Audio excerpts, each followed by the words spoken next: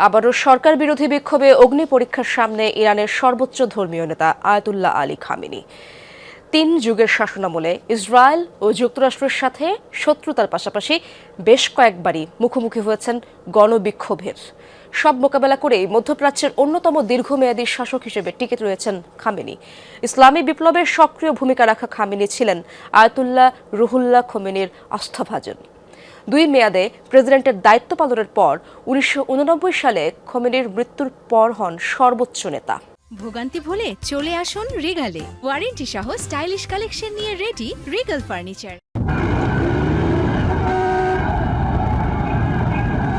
Mohammad Reza Shah পাহলভীর বিরুদ্ধে যে ধর্মীয় আন্দোলন শুরু করেছিলেন আয়াতুল্লাহ রুহুল্লাহ খোমেনি, তাতে সক্রিয়ভাবে অংশ নিয়েছিলেন আলী খামেনি। শাসক গোষ্ঠীর বিরুদ্ধে সরাসরি বিক্ষোভে নেতৃত্ব দিয়ে তরুণ খামেনিকে বেশ কয়েকবারই যেতে হয় কারাগারে।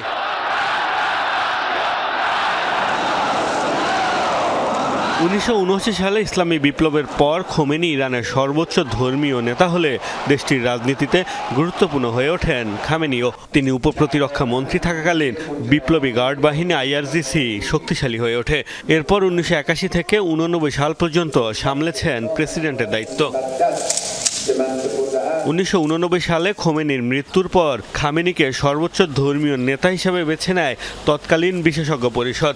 তাকে এই পদ দেওয়ার জন্য সে সময় সংবিধানেও সংশোধনী আনা হয়। এর আগে 1981 সালে মসজিদে বোমা হামলায় গুরুতর আহত হয়েছিলেন খামেনি। ওই হামলায় তার ডান হাত পক্ষাঘাতগ্রস্ত হয়ে পড়ে। 86 বছর বয়সী খামেনি গত 36 বছর ধরেই ইরানের সবচেয়ে প্রভাবশালী ব্যক্তি হিসেবে নিজের আধিপত্য ধরে রেখেছেন। তার এই দীর্ঘ সময়ে মাসুদ পেজেশকিয়ান সহ 6 জন ইরানের প্রেসিডেন্টের দায়িত্ব সামলেছেন।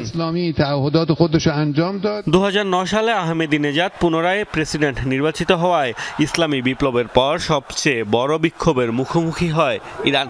2019 সালেও অর্থনৈতিক সংকটের জেরে ব্যাপক বিক্ষোভ হয় দেশটিতে। পরের বছর দেশটিতে আবারও বিক্ষোভের নতুন ঢেউ ওঠে। 2022 সালে পুলিশি হেফাজতে মাহসা আমিনির মৃত্যুর পর হিজাব ইস্যুতেও ব্যাপক আন্দোলন ছড়িয়ে পড়ে তেহরানে। এসব বিক্ষোভ থামাতে দমনপীড়ন চালানোর অভিযোগ রয়েছে খামেনি প্রশাসনের বিরুদ্ধে। দীর্ঘ রাজনৈতিক জীবনে কুদস ফোর্স কমান্ডার কাশেম সোলাইমানি ও সাবেক প্রেসিডেন্ট ইব্রাহিম রইসি সহ হারিয়েছেন বেশ কয়েকজন ঘনিষ্ঠ সহযোগীকে। রয়েছে যুক্তরাষ্ট্র ও ইসরায়েলের সাথে শত্রুতা। তার আমলে একাধিকবার ইরান মধ্যপ্রাচ্যের মার্কিন ঘাঁটিতে হামলা চালিয়েছে। গত জুনে তেল আবিবের সাথে সংঘাতেও জড়িয়েছে দেশটি। প্রভাবশালী দুই দেশের চক্ষুশূল হয়েও বছরের পর বছর ধরে ইরানের সর্বোচ্চ নীতি নির্ধারক হিসেবে নিজের পদ অক্ষুণ্ণ রেখেছেন খামেনি। অভিযোগ রয়েছে ইসলামী শাসনের পতন ঘটাতে চলমান বিক্ষোভে উস্কানি দিচ্ছে ওয়াশিংটন ও Tel. Mostafa Mahmud, Jamuna news.